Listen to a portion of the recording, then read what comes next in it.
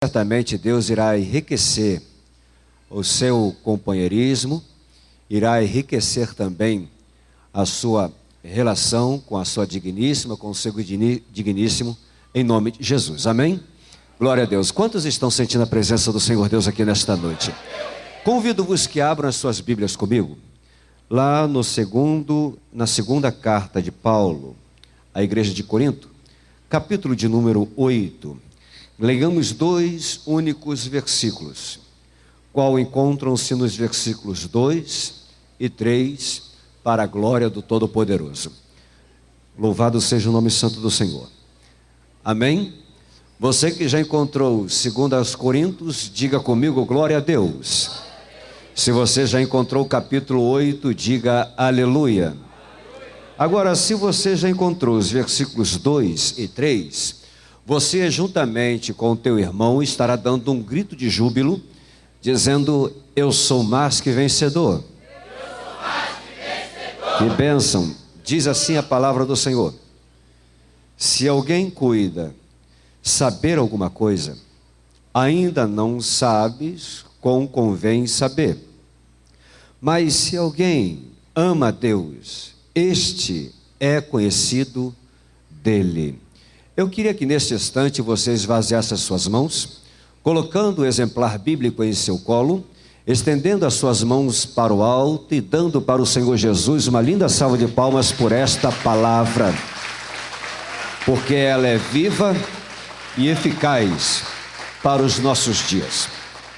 Queridos de Deus, todos presentes aqui neste templo, já ouviu por diversas vezes diversos ministros, abnegados e abnegadas santas de Deus, ministrar aos nossos corações mensagens abençoadas tal como esta. Mensagens estas, irmãos, que edifica a nossa vida, solidifica a nossa fé e a nossa confiança junto ao nosso Deus. Esta passagem certamente admoestava os crentes que estavam na cidade de Corinto. Todos nós aqui sabemos que depois da segunda viagem missionária do apóstolo São Paulo, destinado a esta cidade, após então 1 ano e meio, 18 meses de uma obra missionária, obra esta bem árdua, naquela cidade, o apóstolo São Paulo, ele funda a igreja da cidade de Corinto, deixando a cidade. Amados, e indo em destino a sua terceira viagem para a cidade de Éfeso, deixando na cidade de Corinto o intelectual pregador chamado Apolo. Chegou ao conhecimento do apóstolo Paulo, nesses dias, que a igreja de Corinto, amados, estava sofrendo um colapso e certamente uma conduta moral estava sendo arruinada. Paulo, por sua vez, inspirado pelo Santo Espírito, escreve esta tão poderosa carta para orientar e certamente admoestar a todos os crentes daquela cidade. Quando me deparo com este versículo que acabamos de fazer menção, tudo tem a ver para com os dias de hoje. O que tem a ver, evangelista? Quando eu analiso, irmãos, os versículos que acabamos de fazer menção, inserido no capítulo de número 8, isso eu aprendo que nunca é tarde para aprender. E certamente, amados, quando nós sempre aprendemos algo, certamente nós nos alegramos e louvamos ao Senhor dos Exércitos por tudo que passamos. Você já percebeu que é sempre bom quando você aprende algo novo? E eu sei certamente, irmãos, que a cada dia que se passa, estamos na presença de Deus para obter conhecimento, para aprender mais com o Senhor, para aprender mais com os nossos irmãos e principalmente também com os nossos líderes. Eu louvo ao Senhor dos Exércitos, pois no decorrer de todos esses anos que eu estou na presença do Senhor, eu posso dizer, amada igreja, que a cada dia eu tenho aprendido com o Espírito Santo. Eu tenho aprendido certamente, amados, com muitos dos certos servos de Deus, santos servos de Deus. E eu louvo ao Senhor dos Exércitos também, pela vida do vosso apóstolo, pois a cada dia que passa, aprendo a amá-lo, respeitar o seu ministério e o seu chamado. E eu tenho a certeza que você também tem aprendido, amados, com o seu líder e com o seu irmão. Você pode louvar o Senhor dos Exércitos por esta palavra tão gloriosa? Sabe por que eu aprendo, amados? Eu aprendo porque jamais eu imaginava hoje eu estar aqui na presença de Deus, falando do amor do Senhor. E sabe, eu posso render ao Senhor dos Exércitos nesta noite um culto de ação de graça, em falar principalmente para casais, falar concernente, irmãos, ao amor à família. Certamente, amados, falar o quanto a família hoje é importante para o reino de Deus. Nunca imaginava hoje estar aqui neste santo púlpito para falar para este seleto povo de Deus o quanto Jesus cura, salva, transforma, liberta.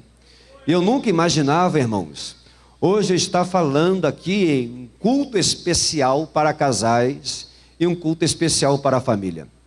Porque nunca imaginava, nunca eu planejava constituir família em minha vida, principalmente na infância conturbada a qual eu tive e dos ensinamentos que foram passados para mim na minha juventude.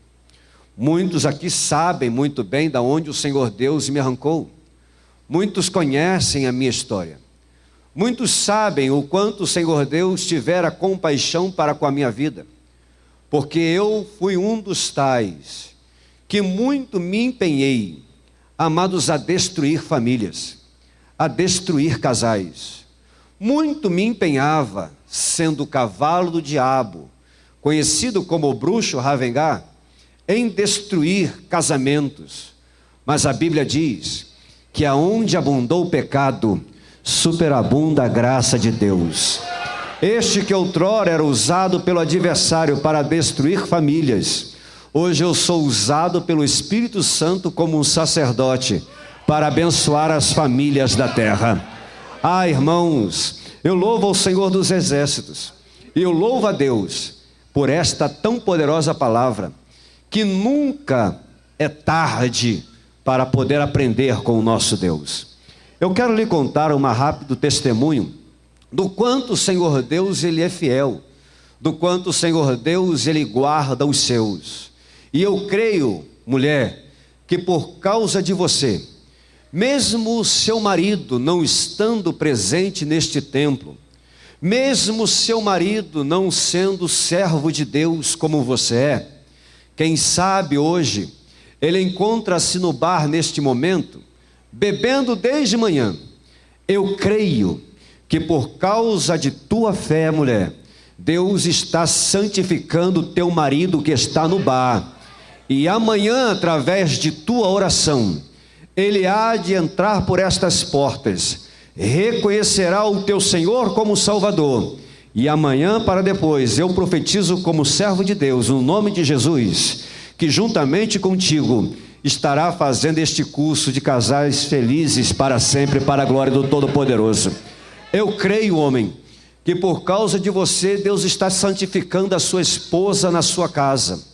Eu creio em Deus, que por causa de você, pai, por causa de você, mãe, Deus está guardando o teu filho aonde ele estiver, porque Deus santifica as famílias.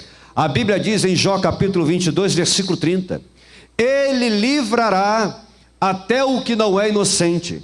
Sim, todos serão libertos, graças à pureza de suas mãos. Cadê aqueles que têm mãos puras aqui nesta noite? Diga a glória. A Bíblia também nos diz, amados, lá em Efésios capítulo 3, versículo 17, se não me falha a memória, o capítulo 13, se não me falha a memória, por causa das famílias da terra, me ponho de joelho diante ao Senhor dos Exércitos, diante ao meu Senhor e Salvador Jesus Cristo. Eu creio que por causa de você, Deus está santificando a sua casa, e eu vou testificar isto, irmãos, não apenas por uma forma teórica, mas como também na prática.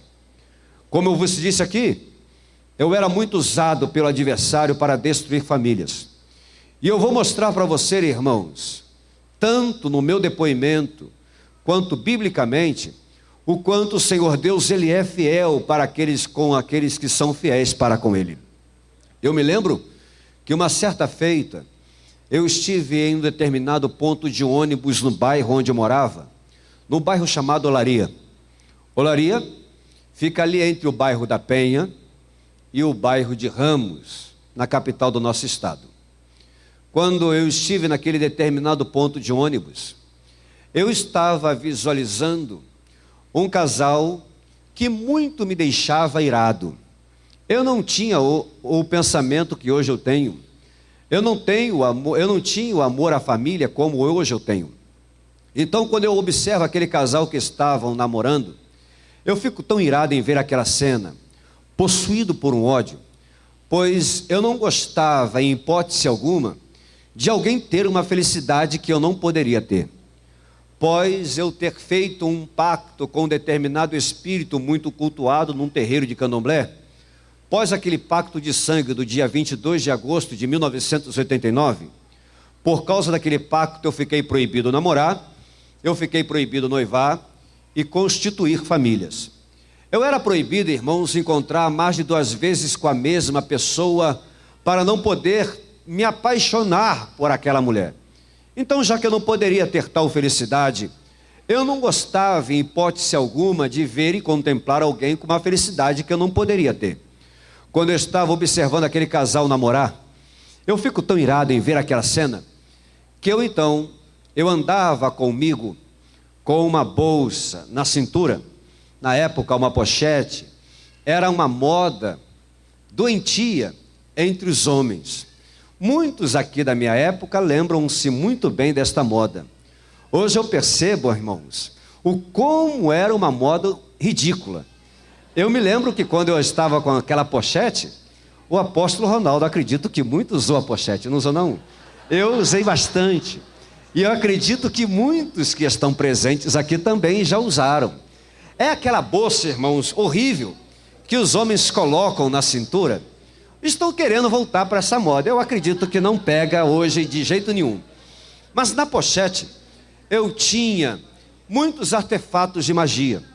Eu não andava na pochete com documentos. Existia na minha pochete frasco de mel, tinha dendê, tinha pólvora, tinha muito patuá, tinha alguns punhais, tinha algumas imagens, como também, irmãos, tinha pólvora. E quando eu avisto aquele casal de longe namorando, o que eu faço?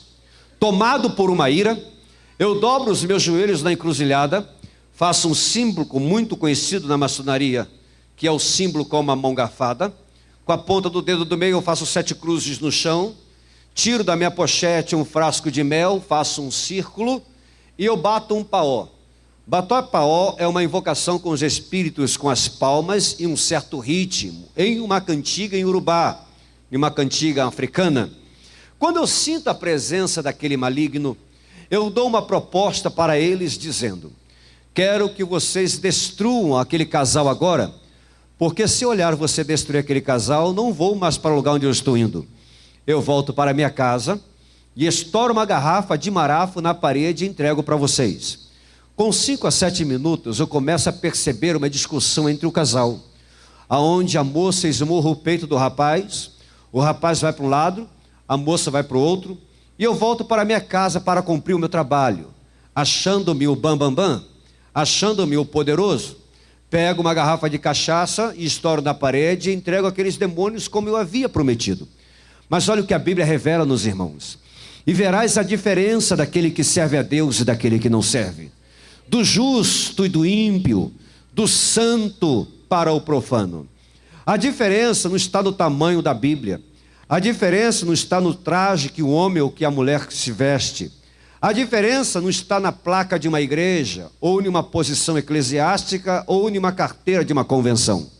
A diferença não está na impostação da voz de um pregador, ou o som agudo de uma voz de uma cantora.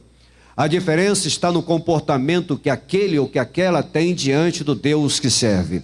E aqueles que têm compromisso com Deus, Deus da mesma forma tem compromisso com ele.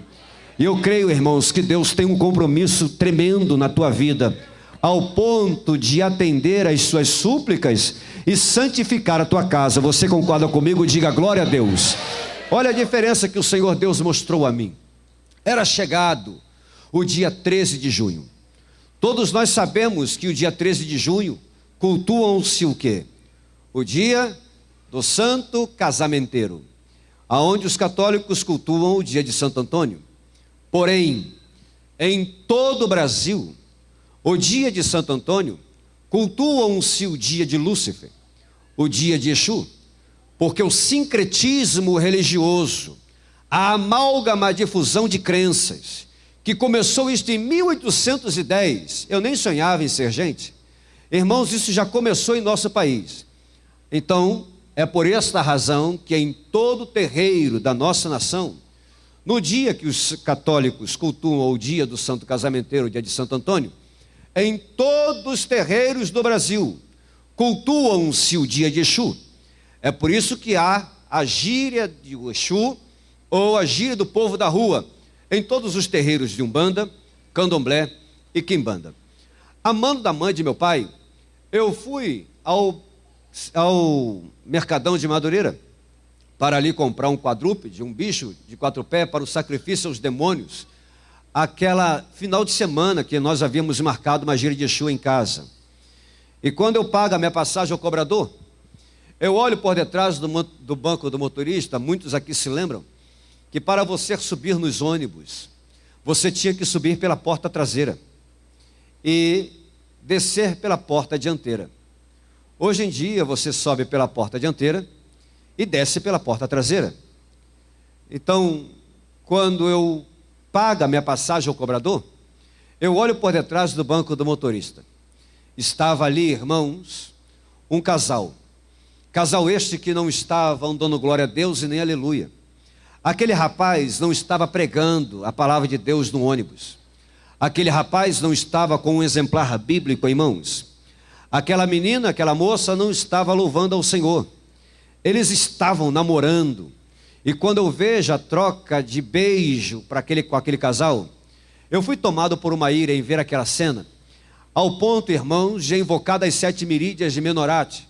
E ao invocar aqueles espíritos da magia europeia, eu dou uma proposta para eles dizendo: quero que vocês destruam aquele casal agora, porque eu estou indo ao Mercadão, além de comprar os meus sacrifícios, eu vou comprar para vocês 7 garrafas de marafa se fizer o que eu estou mandando. Destrua-os e faça-os embora, porque eu não estou suportando ver esta cena.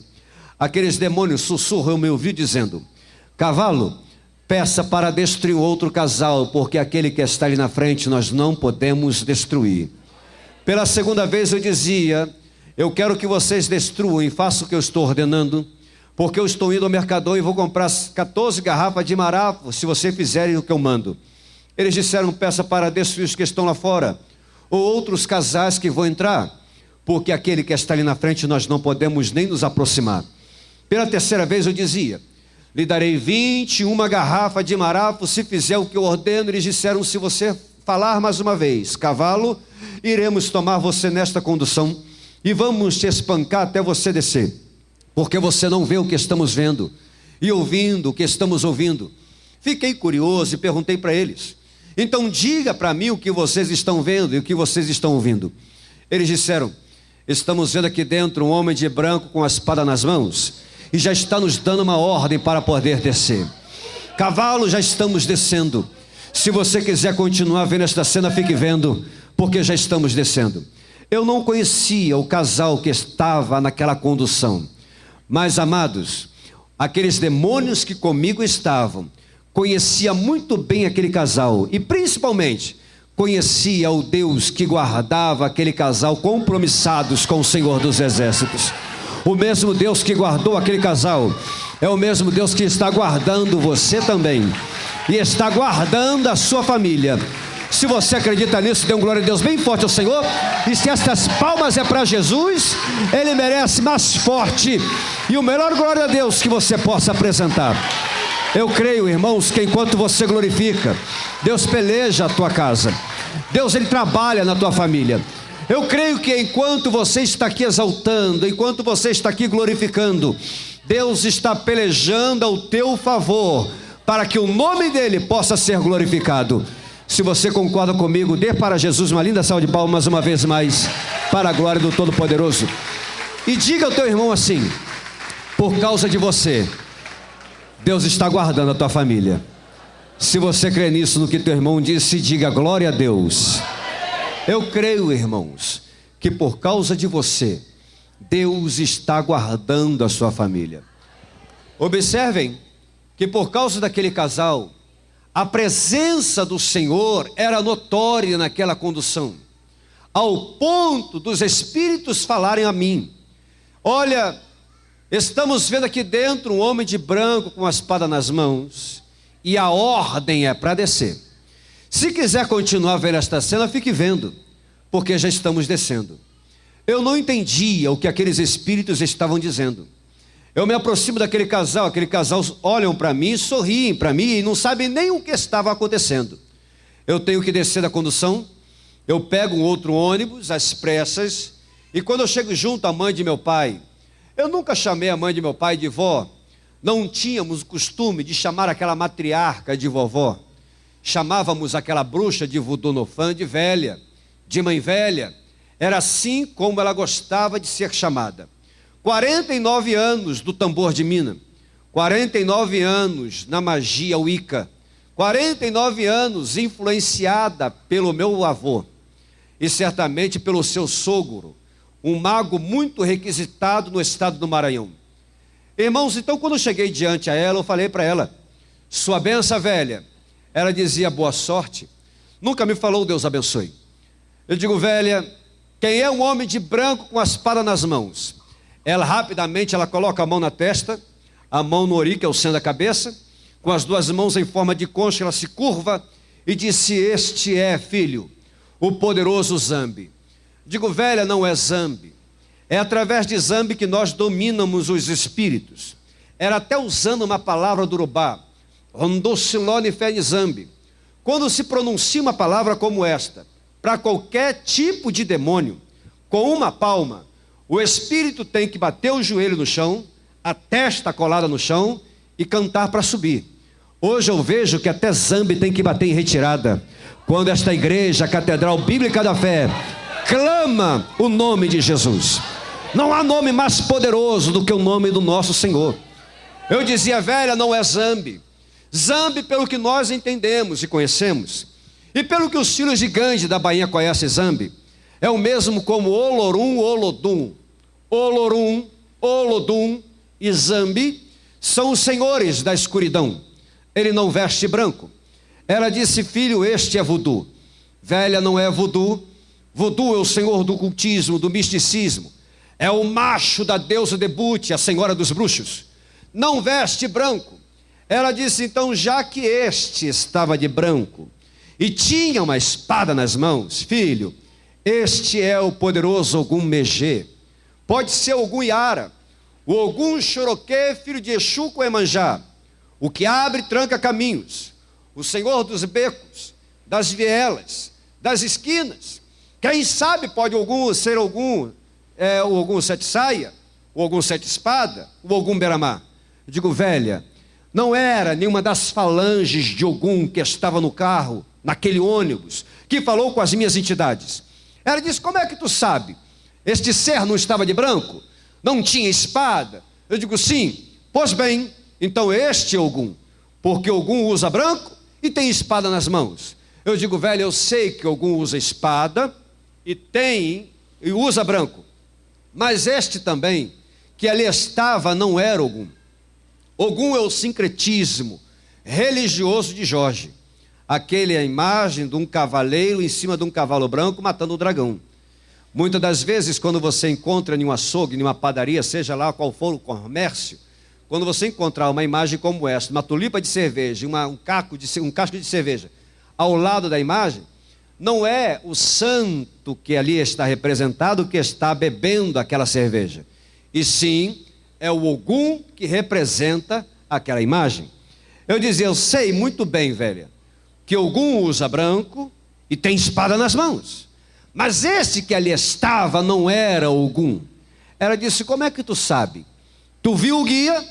Ouviu a voz da entidade? Eu digo, não. Então como tu podes afirmar a mim que não era Ogum? Eu digo, é simples. Quando Ogum fala, meus guias não correm. Mas quando este homem de branco, a espada nas mãos, falou o que é, não sei, meus guias correram. Ela disse, este não conheço. Este não se revelou para mim.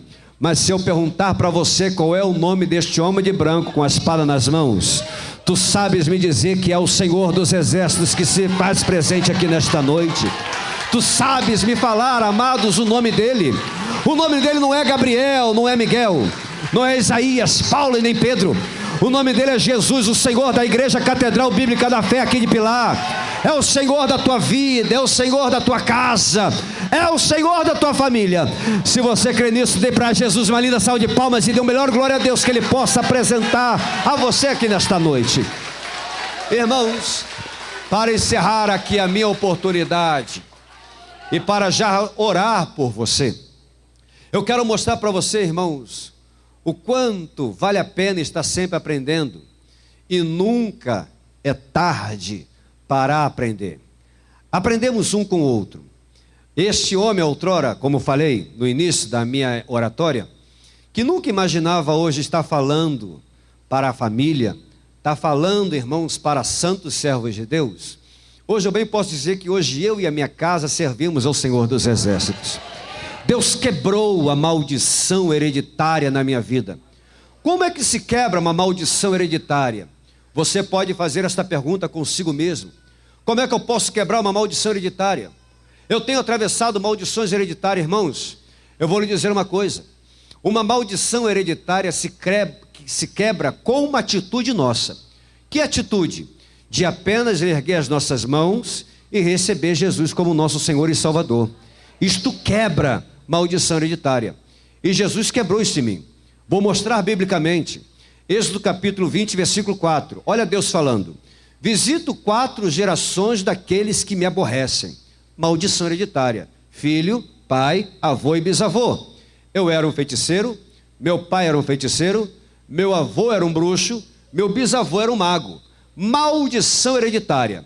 Mas no dia 17 de outubro de 1995, às 21h30 daquela noite, eu levantei as minhas mãos para o alto e aceitei Jesus como Salvador. Amados, e eu quero lhe dizer uma coisa, 23 anos, hoje eu posso dizer que hoje eu e a minha casa servimos ao Senhor dos Exércitos. A maldição hereditária foi quebrada na minha vida. Hoje eu e minha posteridade, meu filho de 23 anos de idade hoje, minha filha de 9 anos, certamente até o ano que vem serei avô. E irmãos, eu sempre falo com meu filho, ser avô com 18 anos é um pouco difícil. Eu falo isso com meu filho. Eu falo com meu filho que tem 18 anos, eu não vou dizer a minha idade. Eu nasci em 73, mas eu sempre falo que eu tenho 18. A minha filha, quando escuta tal coisa, ela fala para mim, ele é mentiroso, ele não tem essa idade pouca não, ser mais novo do que o próprio filho. Então, provavelmente, até o ano que vem, eu serei avô, mas ainda não sou. Amados, e eu sei muito bem que através da palavra do Senhor, tanto eu, quanto meus filhos, quanto os meus netos que virão à terra, quanto os meus bisnetos que estarão à terra até Jesus voltar, estes serão abençoados para a glória do Todo-Poderoso. Deixa eu falar uma coisa para você, o quanto Deus guarda a sua casa, já para encerrar aqui. Irmãos, eu lembro-me que existia 3 métodos para eu então prejudicar uma pessoa na magia. Eram as 3 formas que eu prejudicava a pessoa. Era com o nome, era com uma fotografia ou com um endereço de uma determinada casa, ou de uma determinada empresa, ou de uma determinada firma, ou comércio. Com a foto, ou com o nome, ou com o endereço, se fazia uma determinada magia macabra para uma determinada pessoa. E esses então eram os meus 3 modos de prejudicar uma vida. Hoje em dia, amados, a coisa mais fácil que se há é conseguir uma fotografia tanto minha quanto sua em tempo real. Qualquer pessoa em qualquer parte do mundo hoje consegue uma foto nossa. Eu me lembro que uma certa ocasião, quando eu terminei de pregar em uma rádio AM, antiga AM, na Catedral de Madureira, então meu testemunho foi via internet também. Quando eu cheguei em casa, eu me lembro que o meu telefone, ele recebeu diversos números. E muitos números, irmãos, eu pensava que até era um vírus que estava entrando no meu celular. Quando eu fui atender, era uma bruxa lá da Espanha, que quando ela estava ouvindo meu testemunho de lá, ela disse que automaticamente, ela então logo pegou uma foto minha e já estava fazendo um feitiço para comigo lá, para acabar comigo. Foi o que ela relatou para comigo naquele mesmo dia. Eu fiz ali uma oração, ela relatou que estava entrando um homem de preto, ela deu um grito. Irmãos, naquele instante, isso já tem quase uns 10 anos. Eu não sei se a magia que ela fez para mim, amados, foi concluída. Eu só sei de uma coisa. Ela disse que tentava trabalhar para me matar. Eu ainda estou aqui para a glória de Deus. Qualquer pessoa em qualquer parte do mundo, hoje em dia, consegue uma foto minha ou uma foto sua. Pode estar onde estiver, irmãos. Eu me lembro, e eu vou falar uma coisa aqui, para que o nome do Senhor Deus venha a ser exaltado e para que tu possas ter ideia, irmãos, que estamos diante de uma batalha espiritual. Quem sabe pegar o endereço da sua casa para prejudicar a sua família. Pegar o endereço de sua casa, mergulhar ao sangue para ofertar a um demônio chamado Exu Porteira, ou conhecido também como Exu Pagão, ou no mundo muçulmano como Odin. No mundo dos espíritas africanos, conhece então como as falanges do Egum. Este espírito, ele vai em direção ao endereço que a ele foi dado. Ele vai em direção àquela casa, àquele comércio, àquela empresa, àquela firma, e faz do portão daquela pessoa o seu trono, sentando ali de cócora, e não podendo sair até que saia um caixão daquele lugar. Enquanto os outros demônios que estão piores do que ele, eles invadem a residência, porque são demônios territoriais. Eles não são demônios que manifestam em corpos humanos, são demônios territoriais.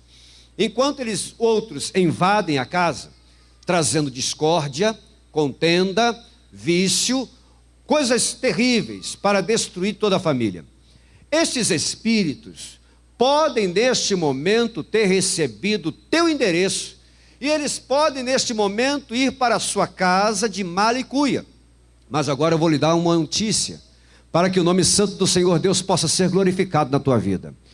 Quando eles estiverem indo em direção à sua casa, quando eles estiverem dobrando a esquina da sua rua, eles têm que voltar da onde saiu. Eles terão que voltar para o seu maioral e falar para eles dizendo: eu não posso chegar na casa dela, eu não posso chegar na casa dele. Eles vão dizer: aproveitem enquanto eles estão naquela igreja, Catedral Bíblica da Fé, enquanto estão adorando a Deus, a casa está desguarnecida, entra e destrua toda a família. Eles vão dizer: nós não podemos fazer tal coisa, porque o sangue foi pouco, precisa-se de um animal maior. Eles irão responder assim: nós não podemos nem chegar na porta daquela casa, porque naquela casa está o anjo do Senhor guardando toda a família. Quer prova bíblica para isto? Eu lhe dou. Salmo 91, verso 10. Nenhum mal te sucederá, nem praga alguma chegará em tua tenda. Se você acredita nisso, eu quero convidar você a se colocar de pé nesse instante. Fique de pé, irmãos. Aplaude o Senhor Deus de pé, igreja. E dê para Jesus um glória a Deus mais forte que você possa apresentar. É Ele que peleja por nós. É Ele que trabalha pelas nossas vidas. Eu quero orar por você nesta hora, em nome de Jesus.